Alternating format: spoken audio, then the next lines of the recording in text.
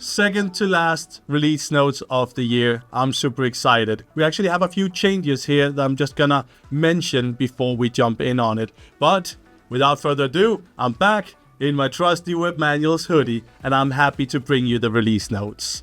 Now, today is a little bit of a special day, both because we've had a little bit snow in the top of Scandinavia, and that's why Josephine, which is the second thing I want to mention, has added snow in my background. We are getting very close to Christmas.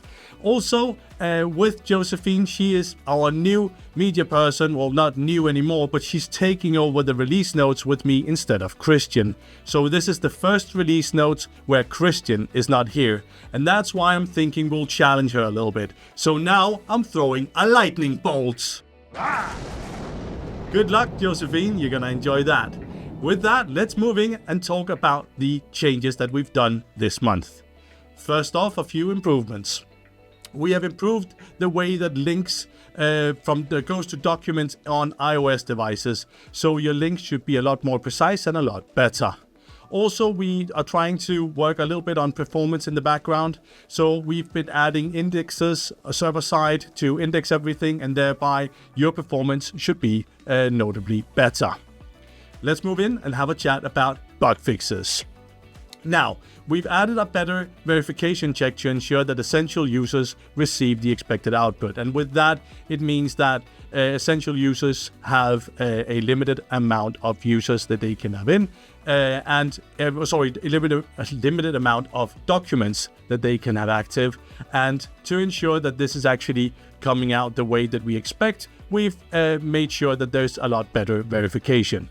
Also, items in the task list under monitor was misaligned and thereby hiding certain buttons. This has now been fixed, so now you will actually be able to access your buttons again. We have changed the PDF watermark settings just to better match the functionality. It's something our testers found, and we're of course very happy with that. Also, printing results from the admin will now once more give an output, and that is of course form results. So if you have forms in the admin that you go in and have a look at those results, when you press print, you will actually get an output now. We had that bugged up a little bit, but that is now fixed. And with our new PDF and OEM functionality, it will now work with Mac OS as well. So now users using Mac OS will actually be able to upload files to the PDF and OEM functionality. Two more things that I want to mention for this release. First off is a little bit of a story, because with last month's releases, we released the two-factor or multi-factor authentication.